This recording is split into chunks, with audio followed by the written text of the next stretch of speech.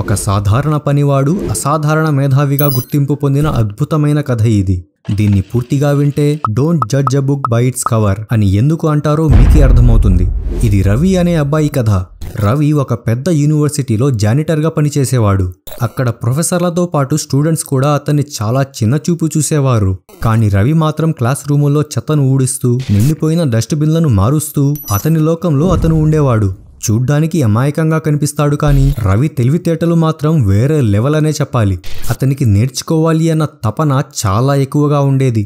ఖాళీ టైంలో అతను అక్కడి లైబ్రరీలోని ఎన్నో పుస్తకాలు చదివేవాడు. సబ్జెక్టు ఏదైనా సరే అమాంతం నమిలి మింగేసేవాడు. ఏదో ఒక రోజు ఈ ప్రపంచానికి ఉపయోగపడేలా ఏదో ఒకటి చేయాలని కలలు కనేవాడు రవి. ఒకరోజు ఆ యూనివర్సిటీ క్వాంటమ్ ఫిజిక్స్ డిపార్ట్మెంట్లో ఒక పెద్ద సమస్య వచ్చి పడింది. డాక్టర్ కపూర్ తను చేస్తున్న రీసెర్చ్లోని ఒక భాగాన్ని తన కంప్యూటర్ నుండి అనుకోకుండా డిలీట్ చేస్తాడు. ఆ డేటా మొత్తం రికవర్ చేయలేనంతగా కరప్ట్ అయిపోతుంది.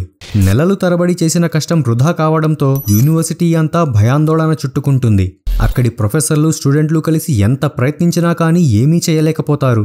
రవి కూడా డాక్టర్ కపూర్ రీసెర్చ్ని రహస్యంగా ఫాలో అయ్యేవాడు. అందువల్ల ఆ సమస్య ఎంత ముఖ్యమైనదో అతనికి తెలుసు. ఒకరోజు రాత్రి అందరూ ఇంటికి వెళ్లిపోయిన తర్వాత రవి కపూర్ ఆఫీస్లోకి దూరుతాడు.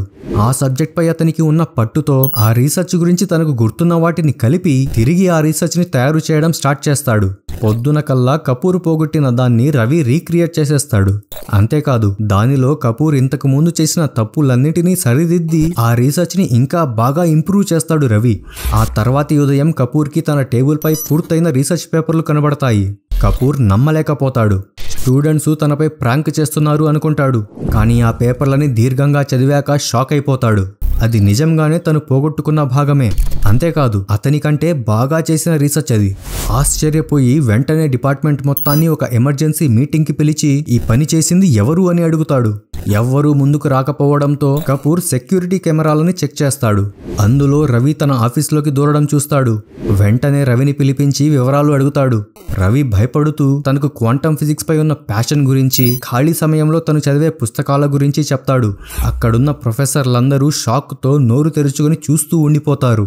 రవికి ఉన్న టాలెంట్ ని గుర్తించి డాక్టర్ కపూర్ అతనికి అదే యూనివర్సిటీలో స్కాలర్షిప్ తో పాటు రీసెర్చ్ అసిస్టెంట్ గా ఉద్యోగం కూడా కల్పిస్తాడు. ఆ క్యాంపస్ మొత్తం రవి పేరు మారిమోగిపోతుంది.